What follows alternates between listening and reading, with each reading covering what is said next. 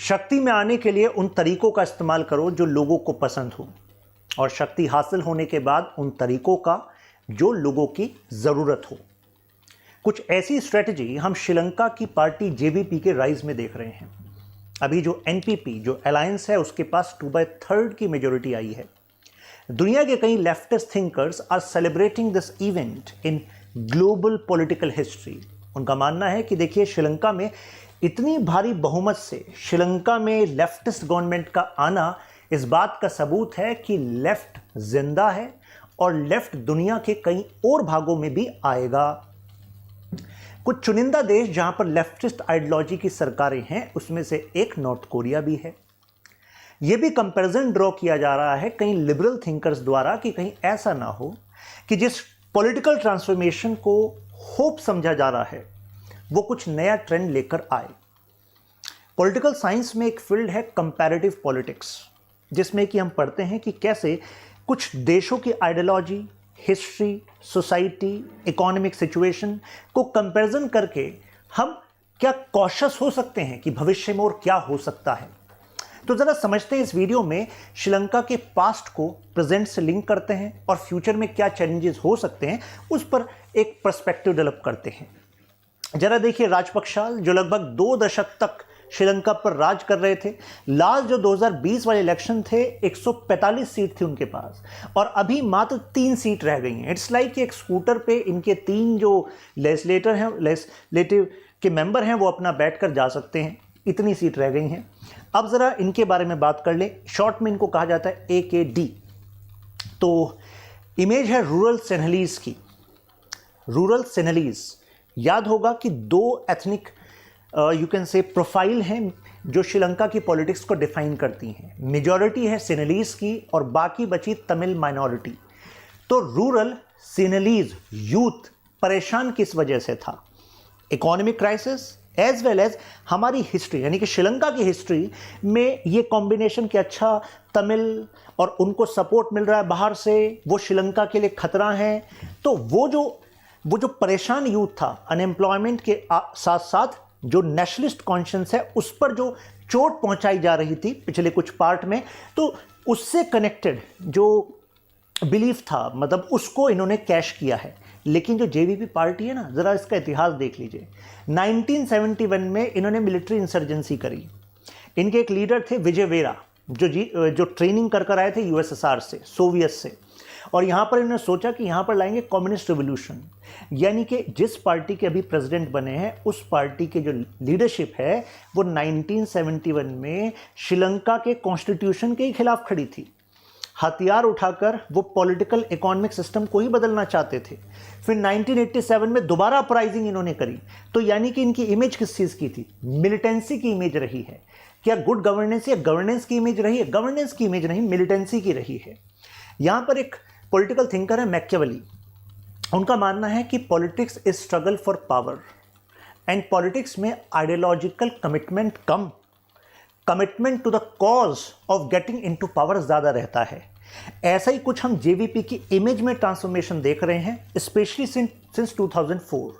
अब इनको पता लग गया कि यार इन तरीकों से पावर में आया तो जा नहीं रहा, तो पावर में आने के लिए उस रास्ते का इस्तेमाल करो जो मेजॉरिटी ऑफ जनता जिसमें बिलीव कर रही है, यानी कि डेमोक्रेसी।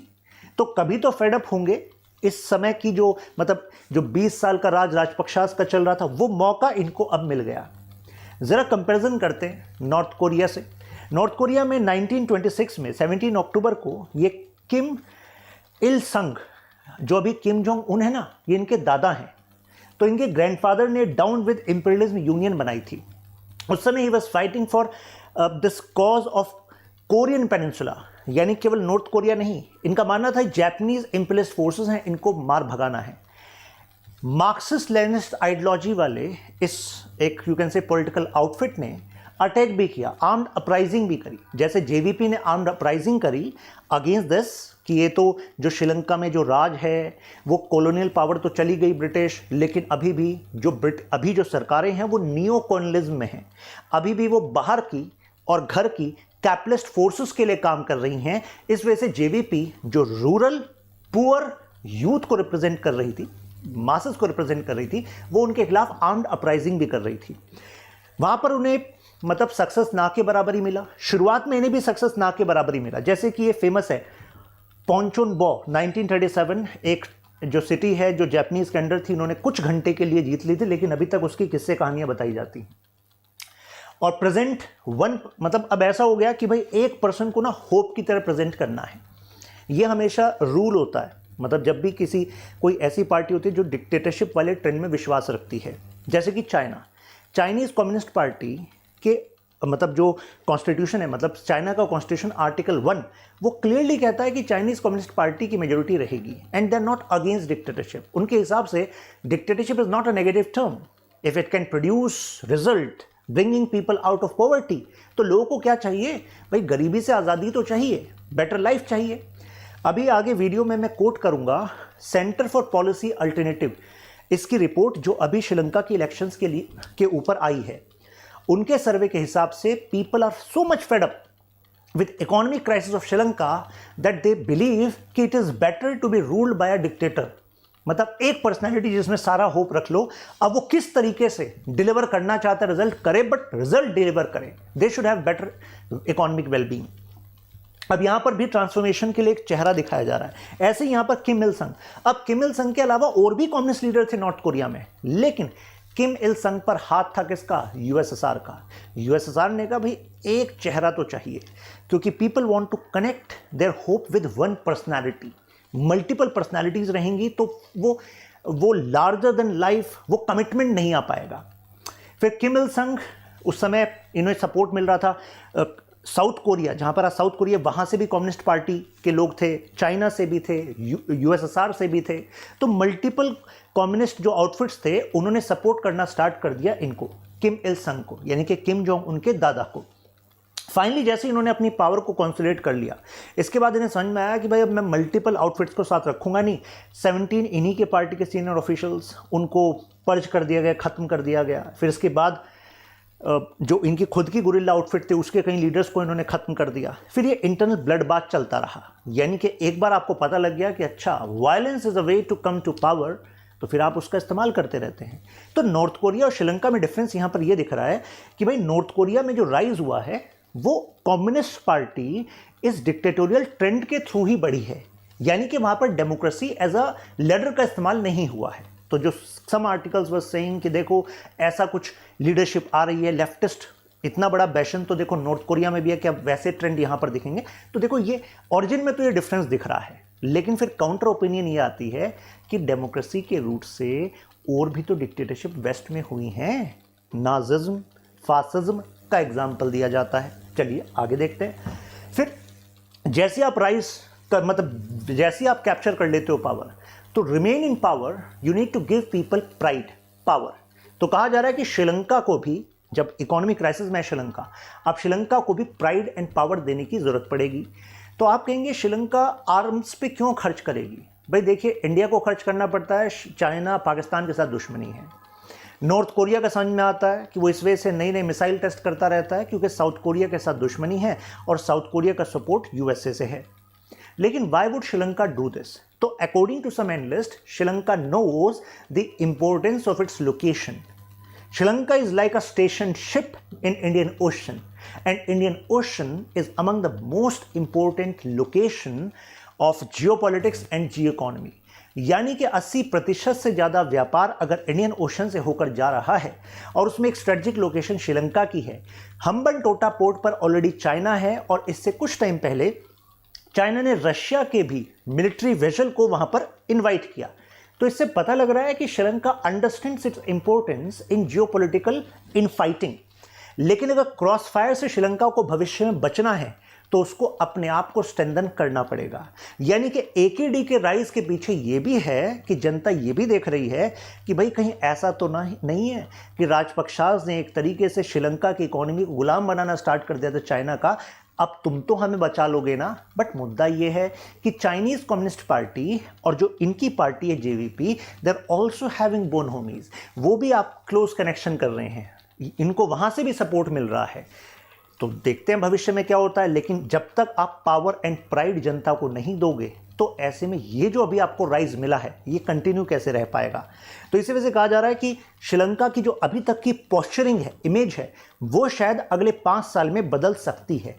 पहले तो वो इकोनॉमिक्स क्राइसिस को सॉल्व करेंगे, और इकोनॉमिक क्राइसिस देखिए लॉन्ग ड्रॉन प्रोसेस है, तो ऐसे में जनता को प्राइड देने के लिए कुछ defence capabilities, strategic alliances, you can say diplomatic autonomy, तो ये सब कुछ ये शो करेंगे। अब देखिए श्रीलंका की लेफ्टिस्ट पार्टी के इतिहास को ज़रा खोलते हैं। मतलब जब श्रीलंका को आज़ादी मिली ब्रिटिशर्स से, उससे पहले से ही लेफ्टिस्ट पार्टीज वहाँ पर थी। शुरुआती लेफ्टिस्ट पार्टी का मानना था कि देखो यहाँ पर जो तमिलियन पॉपुलेशन है ना, वो इस कॉलोनियल टाइम में आई है, जो इंडिया के तमिलनाडु वाले एरिया से आई है, तो वो है यहाँ की माइनॉरिटी। अब यहीं पर कितने जनरेशन्स हो गए हैं, तो we should actually engage them within the political framework of Sri Lanka. मतलब उनको भी भाई इक्वल सिटीजनशिप मिलनी चाहिए। तो तमिल और सेनेलीज दोनों की बात होती थी, दोनों को ऑफिशियल लैंग्वेज बनाने की बात होती थी। लेकिन उसके बाद इन्होंने पढ़ी लोगों की समझ की लोग क्या चाहते हैं, तो पता लगा यार majority of people are against Tamil assertion of their equal right. यानी कि भाई मेजॉरिटी ऑफ पीपल तो तमिल के खिलाफ है। They believe in Sinhalese Buddhist nationalism, यानी कि यहाँ तो जो तड़का लगा हुआ है इनकी पॉलिटिक्स में, वो तो बुद्धिस्ट नेशनलिज्म का लगा हुआ है। तो अगर राजनीति में आपको ताकतवर होना है तो आप क्या करते हैं? क्या वो करते हैं जो सही है, या वो करते हैं जो जनता को सही लगता है? तो हकीकत ये है, जो रियलिस्ट पर्सपेक्टिव है, यथार्थ है, वो ये है कि जो पॉलिटिकल पार्टी पावर में आना चाहती है वो कई बार वो करती है जो जनता को अच्छा लगता है। तो ऐसे इन्होंने तमिल कॉज को हटा दिया। फिर इनसे पूछा कि यार आप तो कम्युनिस्ट, भाई आप यूएसएसआर से, ये रे विजय वीरा जेवीपी के इनिशियल लीडर, भाई आप तो इसलिए आए थे कि भाई आप मार्क्सिस्ट लेनिनिस्ट आइडियोलॉजी पे चलोगे, और वो तो क्लास की बात करते हैं, गरीबों की बात करते हैं। अब गरीब चाहे सिनेलीज हैं, गरीब चाहे तमिल हैं, आपको तो सबकी बात करनी चाहिए। लेकिन उन्हें भी देखा है ज़्यादातर लोग तो यार क्लास की बात नहीं कर रहे, तो हम जो है कम्युनिज्म की अपनी आइडियोलॉजी बना लेते हैं। मतलब इन्होंने क्या करा, श्रीलंका के हिसाब से जो अपनी पॉलिटिक्स है उस पॉलिटिक्स को चेंज कर लिया। और ये पहली बार इन्होंने नहीं किया, ये कह रहे हैं मेरे तो गुरुजी ने भी चेंज किया था। मतलब इट्स लाइक कि जो लेनिन है, मार्क्स कहते थे कि भाई जो क्लास होगा ना, इस क्लास में केवल वर्कर्स क्लास होंगे। मतलब एक स्पॉन्टेनियस रिवोल्यूशन होगा, वायलेंट रिवोल्यूशन होगा, और वायलेंस से घबराना नहीं। Violence is midwife of change, बड़ा बदलाव वायलेंस के थ्रू आएगा। तो उन्होंने कहा जी ये तो बिल्कुल समझ में आता। देखो 1971 में वायलेंस करी, 1987 में मैसिव वायलेंस करी। लेकिन इन्होंने कहा कि देखो मार्क्स कहकर गए थे कि जो वर्कर्स हैं वो स्पॉन्टेनियस रिवोल्यूशन करेंगे, कोई पॉलिटिकल पार्टी बनाने की जरूरत नहीं है, उनके अंदर कॉन्शियसनेस आएगी और बस फिर रिवोल्यूशन होगा। लेकिन इन्होंने जो मार्क्स के आइडियोलॉजी पर चले, लेनिन, उन्होंने मार्क्स के आइडियोलॉजी को पूरी तरह माना नहीं, इन्होंने कम्युनिस्ट पार्टी बना दी। तो विजय वीरा लाइक कि भाई आपने भी तो नहीं माना। मार्क्स कह रहे थे कि कम्युनिस्ट पार्टी नहीं बनानी, क्योंकि नहीं तो कुछ पार्टी के लीडर्स के पास पावर आ जाएगी, फिर वो डिक्टेटरशिप चलेगी। और हुआ वही। देखो, चाहे आप सोवियत का एग्जाम्पल ले लो अंडर स्टालिन, नॉर्थ कोरिया का एग्जाम्पल ले लो किम जोंग इल, अभी किम जोंग उन, यही तो हो रहा है। ऐसे आप क्यूबा का ले लो, फिदेल कास्ट्रो। तो यानी कि जो मार्क्स कह गए थे बात तो सही थी, लेकिन उन्हें उसके हिसाब से नहीं चले, क्योंकि इनका मानना था कि अगर मार्क्स के हिसाब से चलेंगे तो कहीं कम्युनिस्ट रिवोल्यूशन आ नहीं पाएगा। प्लस मार्क्स कह रहे थे कि वर्कर्स शुड यूनाइट, लेकिन उन्होंने कहा कि भाई रशिया में रिवोल्यूशन लाना था 1917 में। रशिया में वर्कर्स फैक्ट्रीज में इतने कहाँ हैं, क्योंकि सेमी फ्यूडल सोसाइटी है, मतलब सेमी इंडस्ट्रियल सेमी फ्यूडल, कुछ एग्रीकल्चर मास है और कुछ आपका इंडस्ट्री है। तो हमें तो दोनों को, जो भी एक्सप्लॉइटेड है हम तो उनकी बात करेंगे। तो इन्होंने पीजेंट्स और वर्कर्स दोनों की बात करी। तो विजय वीरा ने कहा अच्छा ठीक है आप इसकी बात कर रहे हो, लेकिन आप रिलीजन एथनिसिटी के बेस पर डिवीजन की बात तो नहीं कर रहे। उन्होंने कहा डिवीजन की बात क्यों करेंगे भाई, हम तो सबकी बात करेंगे, तभी तो यूएसएसआर एक स्ट्रॉन्ग नेशन बना। तो इन्होंने कहा कि चलो ऐसा करते हैं, विजय वीरा ने कहा भाई हमारी पॉलिटिक्स में तो हम तब सक्सेसफुल होंगे जब मास हमारे साथ होगा, और जो मास है ना उसके अंदर सेंटिमेंट है एंटी तमिल। तो ऐसा लगने लगा कि कई पॉलिटिकल पार्टी लेफ्ट की वो भी अब तमिल इशू पर सपोर्ट नहीं कर रही थी। उल्टा, जैसे इंडिया अगर तमिल इशूज पर सपोर्ट कर रहा था, पीस अकॉर्ड कर रहा था, तो इंडिया के खिलाफ खड़े थे ये जेवीपी। ये देखिए, तो इन्होंने सोचा कि भाई पॉलिटिकल फोर्स जो है वो सेनेलीज बुद्धिस्ट नेशनलिज्म की है, चलो हम तो इनके साथ हो जाते हैं, एक्चुअली इसी के थ्रू पावर में आएंगे। जेवीपी तो हालांकि ये तो कुछ और पार्टीज थी, जैसे ये लंका समाज पार्टी, सम समाज पार्टी, कहने के लिए सम समाज की बात करें, सब एक हैं, लेकिन भाई साहब कहने के लिए एक हैं, हकीकत में तो इनको प्रायोरिटी दे रहे हैं और तमिल्स को प्रायोरिटी दे नहीं रहे हैं। ठीक है, यही पॉलिटिक्स होती है यहाँ पर। लेकिन इनका कहना था कि हम तो, तुम तो यार सम पार्टी, तुम तो चलो इनकी बात कर रहे हो, हम तो एक्चुअली इस पूरे सिस्टम को ही खत्म करके नया स्टार्ट करेंगे, रिवोल्यूशन ही लाएंगे। अभी मैं आगे बढ़ता हूँ स्टोरी में।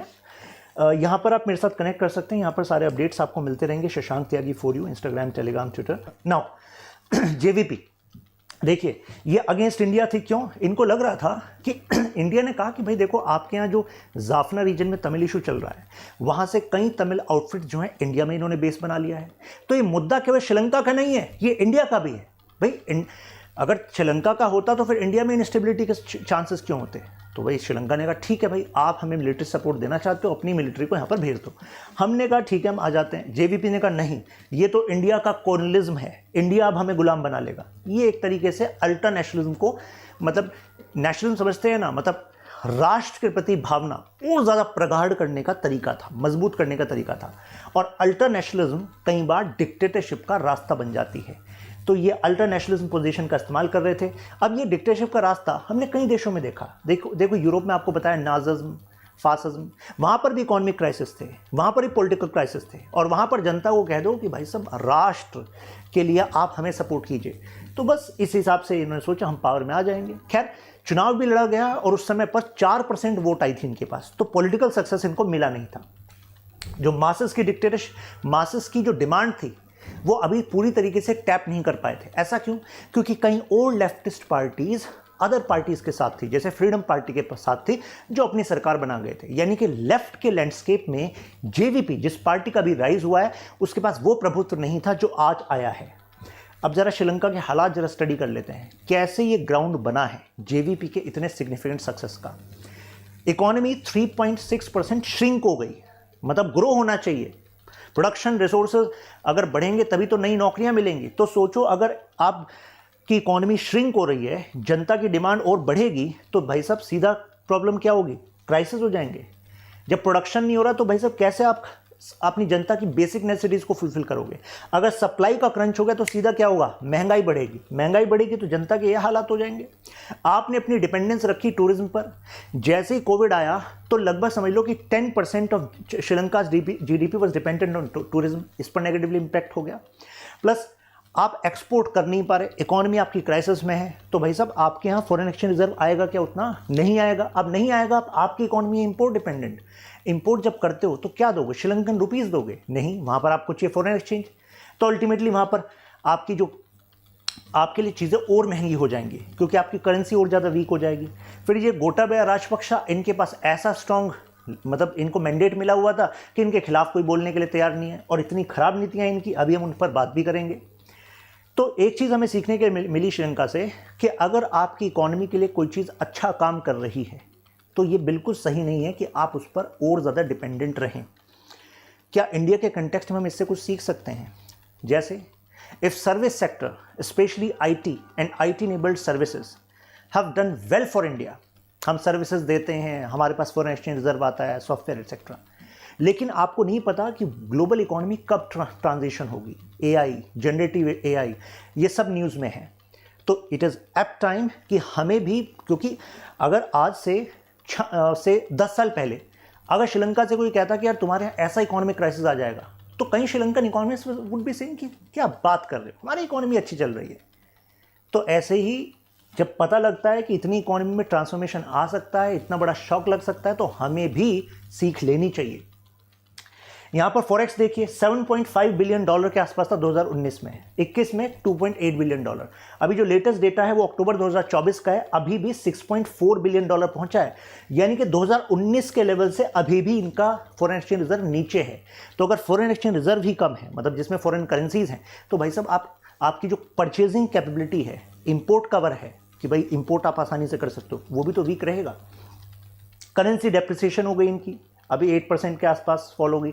इन्फ्लेशन बढ़ गया। अब उस पर सोने पे सुहागा वाला काम इन्होंने कर दिया। गोटाबया राजपक्षा ने कहा कि श्रीलंका की इकोनॉमी को हम ऑल ऑर्गेनिक बनाएंगे, कह दिया सारे फर्टिलाइज़र बैन। भाई साहब फर्टिलाइज़र बैन, आपकी इकोनॉमी में अगर एग्रीकल्चर थोड़ा प्रोडक्शन ठीक कर रहा था, आपने उस पर भी पानी फेर दिया। ये देखिए करीब 50% का आसपास लॉस हुआ इसको, टी इंडस्ट्री को। तो ऐसे में लोगों ने इसका विरोध करना स्टार्ट किया, लेकिन इनको अपोज करने के लिए कोई था नहीं इनकी सरकार में। और फाइनली इन्होंने इमरजेंसी प्रोविजंस लगाए। जब जनता महंगाई से परेशान, शॉर्टेज हो रही है, करेंसी फॉल हो रहा है, जॉबलेसनेस हो रही है, फिर ऊपर से आपने ऑर्गेनिक फार्मिंग, तो जनता सड़कों पर। इमरजेंसी प्रोविजंस का इस्तेमाल करके इन्होंने लोगों की प्रॉपर्टी कन्फिस्केट करना और सीज करना, वायलेंस का इस्तेमाल करना, ये सब शुरू कर दिया। इसके बाद इनको मौका मिल गया जेवीपी को कि यही तो मौका है, यानी कि इकोनॉमिक क्राइसिस है तो जनता अब चाहेगी अल्टरनेटिव। तो अल्टरनेटिव क्या बनी? ये लेफ्टिस्ट पार्टी बनी। क्योंकि जब जब इकोनॉमिक क्राइसिस होगा तो जनता के मन में आएगा कि एक्चुअली अमीर कौन हुआ है? ये सरकार के कुछ करप्ट नेता, कुछ ब्यूरोक्रेट और कुछ ये जो अमीर कॉरपोरेट हैं। लेकिन शोषण किसका हो रहा है? केवल गरीब का, मिडिल क्लास का। तो उन्होंने कहा कि ठीक है, फिर तो हम इनको सपोर्ट करेंगे। लेकिन पहले सपोर्ट में इनके पास पूर्ण बहुमत नहीं थी, तो ऐसे में इन्होंने स्नैप इलेक्शंस कराए, दोबारा इलेक्शन कराए, और उसमें आगे इनके पास सब सरप्राइजिंगली मतलब 2/3 से ज़्यादा मेजोरिटी, जिससे कि ये स्ट्रॉन्ग डिसीजंस ले सकें। लेकिन अभी जो उनको सेकंड स्नैप में जो इतनी बड़ी मेजोरिटी मिली, इसमें उन्होंने ट्रिक क्या खेली? इन्हें नॉर्थ और ईस्टर्न साइड से भी अच्छी सीट्स मिली हैं। नॉर्थ में तमिलियन पॉपुलेशन है, ईस्ट में तमिलियन पॉपुलेशन है, तो कैसे मिली? तो इन्होंने ये फिर चुनावी वादे करे कि देखो अगर हमारी सरकार बन गई तो देखो जब ऑपरेशन हुआ था श्रीलंकन आर्मी का अगेंस्ट एलटीटी, तो उसके बाद से कई तमिलियन पॉपुलेशन जो इस एरिया में रहती है उनकी ज़मीनों पर अभी तक कब्जा श्रीलंकन आर्मी का है। तो भाई देखो वो तो वापस मिलना चाहिए। लेकिन इस बेसिस पर उन्होंने लगा चलो भाई अभी इनको इतनी मेजोरिटी यानी कि यही आने वाली पावर है, इन्होंने भी इसको ही वोट दे दिया 2/3। लेकिन क्या इन्होंने तमिल एस्पिरेशन पर, मोर ऑटोनॉमी पर, इस पर कुछ वादा किया? नहीं, ये संभल कर इस पर चले। कारण क्योंकि अगर यहाँ पर ये तमिल के ज़्यादा सपोर्ट में बोलते तो हो सकता है कि जो इनका अल्ट्रा नेशनलिस्ट रूरल सिनेलीज सेंटिमेंट है, जो बुद्धिस्ट एथनो नेशनलिज्म की बात करता है, सिनेलीज नेशनलिज्म की बात करता है, वो वोट बैंक इनका कम हो जाता। तो इस स्ट्रेटजी का इन्होंने इस्तेमाल किया और देखिए फिर तो रंग दिया इन्होंने पार्लियामेंट को। ये पब्लिक सेंटिमेंट डिक्टेटरशिप को सपोर्ट कर रहा है, ऐसा सेंटर फॉर पॉलिसी अल्टरनेटिव कह रहा है। तो यानी कि dictatorship, what they want is solution. JVP का स्टांस देख लीजिए कार्डर को लेकर, ये इनके ही पार्टी के अंदर के एक लीडर का एसर्शन है। कहने का मतलब है कि जेवीपी रेजिमेंटेड है। रेजिमेंटेड समझते हैं, जैसे रेजिमेंट की तरह काम करती है और यहाँ पर इंटरनल क्रिटिसिज्म का कोई स्कोप नहीं है। कुछ ऐसा ही जैसे कि कई अन्य जो कम्युनिस्ट पार्टीज होती हैं उसमें भी देखा जाता है। इनका पास्ट मिलिटेंसी का है तो वो अभी भी इनके अंदर दिखता है। तो इनका कहना है कि अगर ये स्टेटमेंट मैं इंडियन न्यूज़पेपर को दे रहा हूँ तो मेरे लिए मुसीबत खड़ी हो सकती है, इस वजह से मेरा नाम ना बताया जाए। तो जेवीपी की जो इंटरनल फंक्शनिंग है वो वैसी ही है, ऐसा इनका कहना है। जैसा है कि इन्हें वादा किया है कि जो फैमिली रूल चलता था उसको हम हटा देंगे, क्योंकि देखो डायनेस्टिक पॉलिटिक्स कहा ना कि जनता को जो चाहिए उसको वो वादा करो तभी तुम पावर में आओगे, फिर उसके बाद वो करो जो जनता के लिए ज़रूरी है आपके हिसाब से। That is what he is doing. अब इस कंटेक्स्ट में इंडिया का इंटरेस्ट कहाँ पर कनेक्टेड है? देखिए हमने तो भाई बधाई दे दी है इनको, ठीक है, क्योंकि आप पावर में हैं, क्योंकि हमारा तो गवर्नमेंट टू गवर्नमेंट रिलेशन है। लेकिन हाँ, इनकी पार्टी के साथ सीसीपी, चाइनीज़ कम्युनिस्ट पार्टी के स्ट्रॉन्ग रिलेशन होना, और दुनिया में कुछ जो लेफ्टिस्ट स्कॉलर कह रहे हैं कि there should be a leftist bloc against capitalism, तो वो एक कॉज ऑफ कंसर्न हो सकता है। हालांकि अभी ऐसा कुछ ये लग नहीं रहा है कि करेंगे, कारण क्योंकि इनको अपनी इकोनॉमी को रिवाइव करना है, और इकोनॉमी को रिवाइव करने के लिए चाहिए इनको इन्वेस्टमेंट, स्टेबिलिटी, इनको जॉबलेसनेस को हटाना है। तो गवर्नमेंट कैसे जॉब देगी? अब प्राइवेट सेक्टर प्राइम मूवर है इकोनॉमी का। तो ऐसे ये जो लेफ्ट स्कॉलर जो कह रहे हैं कि राइज कर दो, जैसे कि नॉर्थ कोरिया में है, जैसे कि चाइना में, तो अपॉर्चुनिटी भी तो देखनी पड़ती है। श्रीलंका के पास अभी है क्या? तो दुनिया की निगाहें अब श्रीलंका पर है, हमारी निगाहें भी हैं। कुछ डेवलपमेंट होगा तो उस पर फिर हम एक एनालिसिस लेकर आएंगे।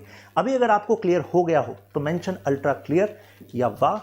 आपका जो ओपिनियन हो you can share in comments. You can share this video as well with your friends and family. यहाँ पर आप मेरे साथ कनेक्ट हो सकते हैं। Shashank Tyagi for you. Question देखिए, examine the rise of left in Sri Lanka and how does it impact prospects for India. Clear है आपको? फिर मिलते हैं आपसे नेक्स्ट क्लास में। ख्याल रखिए अपना। जय हिंद।